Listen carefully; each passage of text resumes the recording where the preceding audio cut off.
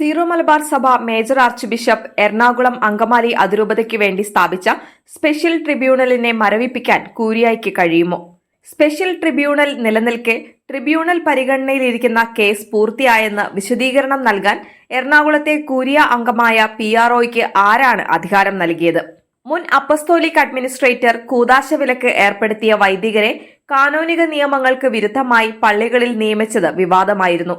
ഈ പശ്ചാത്തലത്തിൽ വിമത വൈദികരെ വെള്ളപൂശാൻ കൂദാശവിലക്ക് നേരിടുന്നവരുടെ കാര്യത്തിലുള്ള നടപടികൾ പൂർത്തിയായെന്ന് ശുദ്ധ നുണ പറഞ്ഞ് അറിയിപ്പിറക്കിയ കൂരിയായുടെ തനിസ്വഭാവം പ്രകടമാക്കുന്നതാണ്.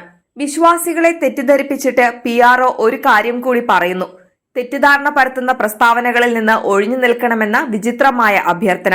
നേരത്തെ ഫാദർ വർഗീസ് മണവാളനെ കത്തീഡ്രൽ ബസിലിക്കയിൽ നിന്ന് പുറത്താക്കണമെന്ന് ട്രിബ്യൂണൽ വിധിച്ചിട്ടും നടപ്പാക്കാതിരുന്ന മേജർ ആർച്ച് ബിഷപ്പിന്റെ വികാരി മാർ ജോസഫ് പാംബ്ലാനിയുടെ കപടത എല്ലാവരെയും അമ്പരപ്പിച്ചിരുന്നു. അതിനിടെയാണ് കൂദാശവിലക്ക് നേരിടുന്ന മറ്റു 3 വൈദികരെ വിമത കൂരിയായെ മുന്നിൽ നിർത്തി വെളുപ്പിച്ചത്. ഈ കപടതയാണ് എറണാകുളത്തെ സീനിയർ വൈദികൻ ഫാദർ ജോർജ് നെല്ലിശ്ശേരിയും തുറന്നു കാട്ടുന്നത്. അത് ഇങ്ങനെ: എറണാകുളം അതിരൂപത PROയുടെ ഒരു പ്രസ്താവന കണ്ടു. അതിരൂപതയിലെ ചില വൈദികരുടെ കാനോനിക നടപടികൾ പൂർത്തീകരിച്ചിട്ടുള്ളതാണ്. അതുകൊണ്ട് അവരെ പുതിയ ഇടവകകളിൽ നിയമിക്കാമെന്ന്.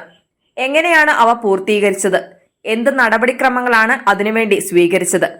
ഇവയൊന്നും വ്യക്തമാക്കാതെയും ബന്ധപ്പെട്ട രേഖകൾ പുറത്തുവിടാതെയും ഇങ്ങനെ ഒഴുക്കൻ മട്ടിൽ പറഞ്ഞാൽ മതിയോ? കൽപ്പന പുറപ്പെടുവിക്കുന്നതും ഞാൻ പിൻവലിക്കുന്നതും ഞാനെന്ന രീതിയിൽ മതിയോ? അങ്ങനെയുള്ള സമൂഹത്തിൽ നിയമവാഴ്ച ഉണ്ടാകുമോ? ഏതു സംവിധാനത്തിലും നിയമവാഴ്ച തകർന്നാൽ ഭരണസമിതിക്ക് തുടരാൻ കഴിയില്ല. സഭ എറണാകുളം അതിരൂപതയ്ക്കു വേണ്ടി ഒരു സ്പെഷ്യൽ ട്രിബ്യൂണൽ സ്ഥാപിച്ചു. അതിന്റെ വിധി സഭാതലവൻ തന്നെ അവഗണിച്ചു. ഇപ്പോൾ ട്രിബ്യൂണലിന്റെ സ്ഥിതി എന്താണെന്ന് ആർക്കും അറിഞ്ഞുകൂടാ.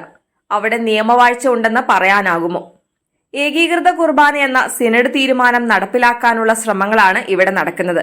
അവസാനത്തെ മാർഗനിർദ്ദേശങ്ങൾ പോലും ആ ലക്ഷ്യത്തിനു വേണ്ടിയാണെന്നാണ് അവകാശപ്പെടുന്നത്.